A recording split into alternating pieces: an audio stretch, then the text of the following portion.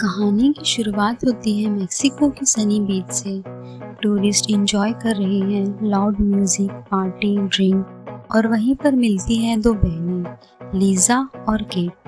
Cat adventurous है, fearless है और उसे थ्रिल पसंद है, लेकिन लीजा डरपोक और बेहद शांत लड़की है। उसका रिसेंटली ब्रेकअप हो गया है, इसलिए वो बेहद उदास है और केट डिसाइड करती है कि वो अपनी बहन का मूड चेंज करेगी। वो लोग पार्टी करते हैं, ड्रिंक करते हैं, डांस करते हैं और वहीं पर उनकी मुलाकात होती है दो लोकल लड़कों से जो उन्हें एक डेंजरस एडवेंचर ऑफर करते हैं, शार्क केज डाइविंग, यानी एक मेटल के पिंजरे में बैठकर ग्रेट वाइट शार्क को पास से देखना। नॉर्मली कोई भी इंसान इस आइडिया को मना कर देगा और लीसा भी यही करती है क्योंकि वो ऑलरेडी डरी हुई होती है और वो बहुत बार केट से इसके लिए मना करती है, लेकिन केट उसे जिद करके कन्विंस कर लेती है, जिससे लीजा उस एडवेंचर के लिए तैयार हो जाती है। अब अगले दिन दोनों बहनें एक छोटी सी बोट में बैठकर उस जगह पर पहुंच जाती हैं। बोट का कैप्टन काफी फ्रेंडली लगता है, क्रू भी हंसी मजाक कर रहा होता है, लेकिन अगर ध्यान से देखें तो बोट काफी पुरानी लगती है और मेटल पर भी जंग लगा होता है। पुरानी रस्सी, वीक मेंटेनेंस, पर एक्साइटमेंट में केट ये सब चीजें नोटिस ही नहीं करती। अब कैप्टन शार्क को अट्रैक्ट करने के लिए पानी में मछलियों का खून डालने लगता है। धीरे धीरे समुद्र का पानी हिलने लगता है और नीचे एक बड़ी सी शैडो दिखाई देती है और फिर सरफेस पर आती है एक ग्रेट वाइट शार्क। लीजा की स्माइल इंस्टेंटली बदल जाती है। उसे रियलाइज होता है कि ये कोई जंगल नहीं है जहाँ से भागा जा सके और उसका डर और बढ़ते जाता है। अब दोनों बहनें लाइफ जैकेट पहन लेती हैं और ऑक्सीजन टैंक पहनकर पिंजरे में एंटर करने लगती है। लीजा को कुछ समझ नहीं आता और वो ऊपर देखने लगती है। ऊपर से कैप्टन पिंजरे को धीरे धीरे पानी में उतारने लगता है और अब पूरी दुनिया ब्लर हो जाती है, सिर्फ ब्लू डार्कनेस। और फिर एक शार्क डायरेक्टली पिंजरे के सामने आकर रुक जाती है। उसकी बड़ी बड़ी आंखें, बड़े दांत, जैसे वो उन्हें खा जाएगी। केट एक्साइटमेंट में फोटो लेने लगती है, लेकिन कैमरा उसके हाथ से गिर जाता है। दोनों इस एडवेंचर को काफ़ी इंजॉय कर रहे होते हैं, लेकिन शार्क को बेहद पास से देखकर लीजा और डर जाती है, जिससे वो कैप्टन को उन्हें ऊपर खींचने के लिए कहती है।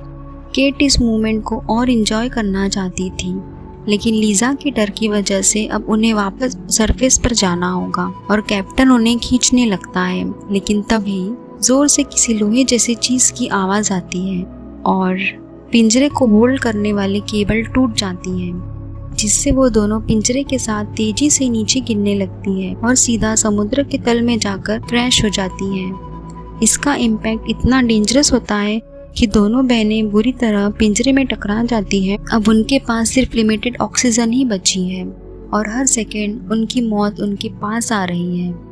लीजा काफ़ी कमज़ोर दिल की होती है, इसलिए वो बेहद पैनिक करने लगती है।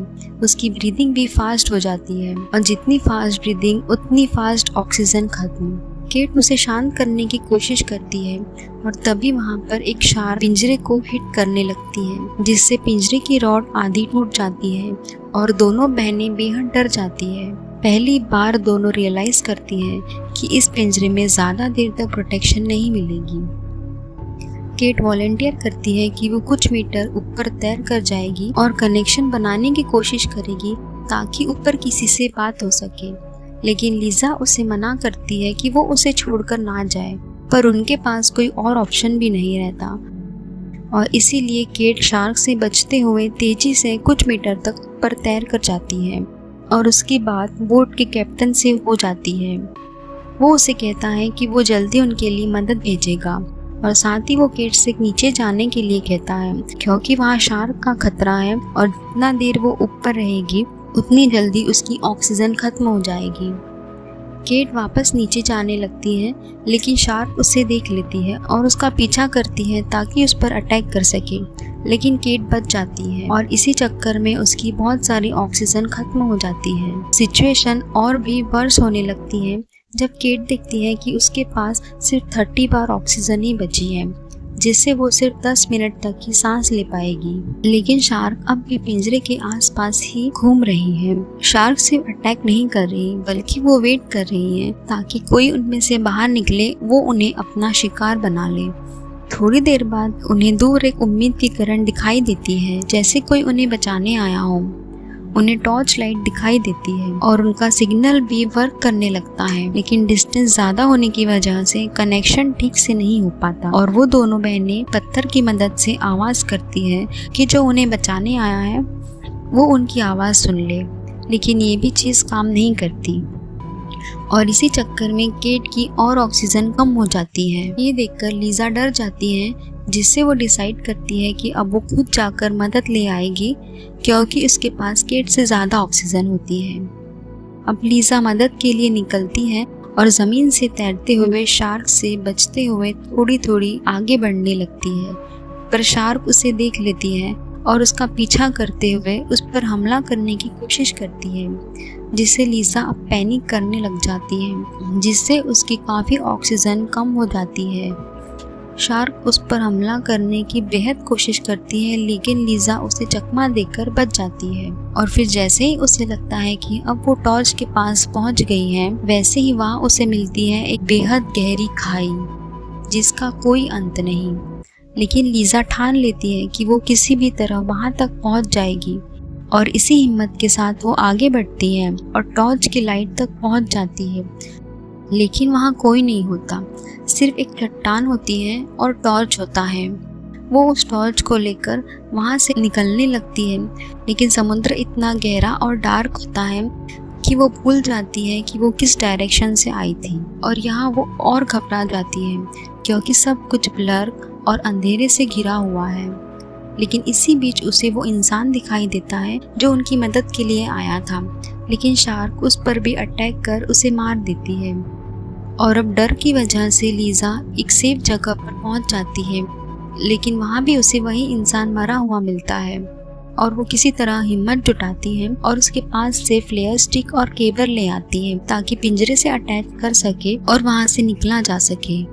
और अब वो किसी तरह शार्क से बचते हुए केट तक पहुंच जाती है, लेकिन अब भी किसी को ऊपर जाकर कांटेक्ट करना होगा और कैप्टन को बताना होगा कि उन्हें केबल मिल गई है, जिसके लिए लीजा ऊपर जाने का तय करती है और शार्क से बचते हुए वो कैप्टन से कांटेक्ट करती है और बताती है कि उन्हें केबल मिल गई है और अब वो केबल को पिंजरे से अटैच कर देगी जिससे ऊपर उन्हें खींचा जा सके। जिसके बाद लीजा नीचे जाती है और पिंजरे को ऊपर खींचने का इंतजार करती है।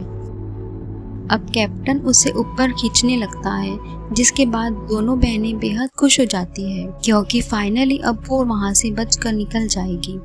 धीरे धीरे डिस्टेंस कम होने लगता है और दोनों चैन की राहत लेते हैं, लेकिन तभी जैसे ही वो आधी दूरी पर पहुँचते हैं वैसे ही उनकी रोक टूटने लगती है और टूटकर दोनों बहनें सीधा तेजी से नीचे तल में गिर जाती है और लीजा के पैरों पर पिंजरा फंस जाता है, जिसकी वजह से उसे हिलना भी मुश्किल है।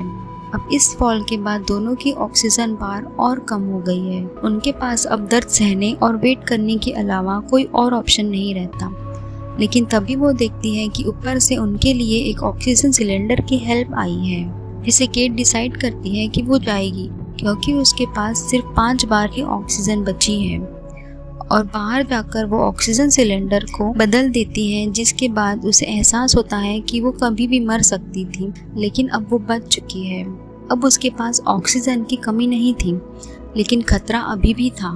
केट जैसे ही लीजा के पास जाने लगती है तभी वहाँ शार्क आ जाती है और उस पर अटैक करने की कोशिश करती है, पर शार्क से बचने के चक्कर में केट जरा भी अलर्ट नहीं होती और लीजा के पास तेजी से जाने लगती है। तभी शार्क वहां आकर उस पर अटैक कर देती है और उसे अपने साथ ले जाती है।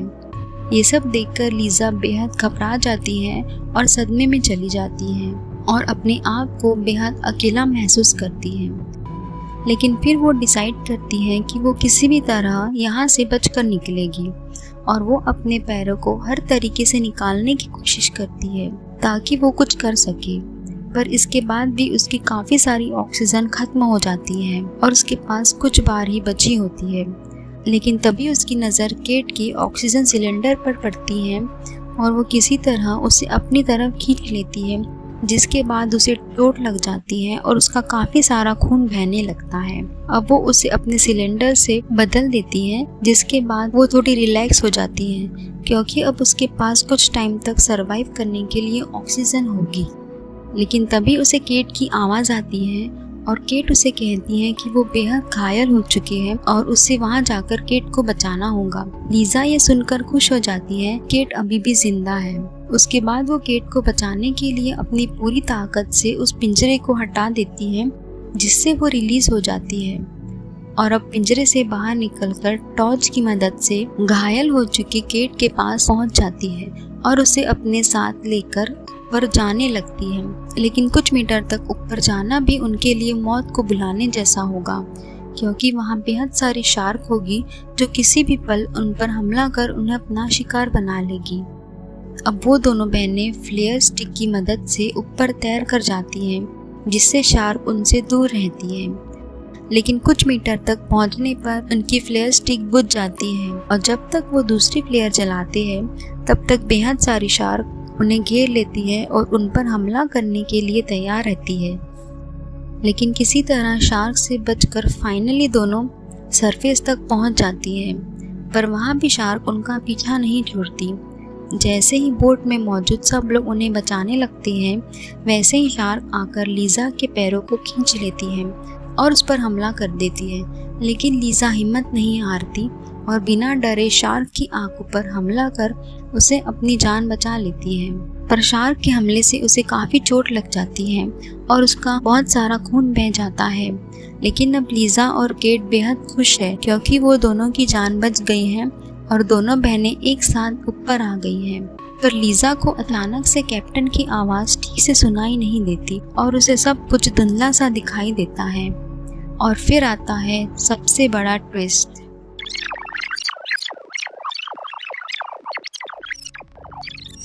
वो दोनों बहनें कभी रेस्क्यू की ही नहीं गई थी और ना ही कभी सरफेस तक पहुंची थी, क्योंकि केट बहुत पहले ही मर चुकी थी और ये सब लीजा के हेलुसिनेशंस थे, जिससे उसे अब तक लग रहा था कि वो केट के साथ है और दोनों बच गई हैं। लेकिन वो अभी भी समुद्र की गहराई में ही फंसी हुई थी और अपनी जिंदगी की आखिरी सांसें गिन रही थी, क्योंकि अब उसकी हालत और भी खराब हो गई थी और उसकी कभी भी डेथ हो सकती थी। लेकिन तभी वहाँ कोस्ट गार्ड पूरी तैयारी के साथ उसे वहाँ बचाने के लिए आ जाते हैं, जिन्हें देखकर लीजा बेहद खुश हो जाती है, क्योंकि ये उसकी इमेजिनेशन नहीं थी बल्कि उसकी रियलिटी होती है और उसे अब सही सलामत सेफ्टी के साथ धीरे धीरे ऊपर ले जाया जाता है। वो खुश तो होती है, लेकिन अपनी बहन को खोने के गम को कभी नहीं भूल सकती। और इसी के साथ ये मूवी यहाँ पर ख़त्म हो जाती है।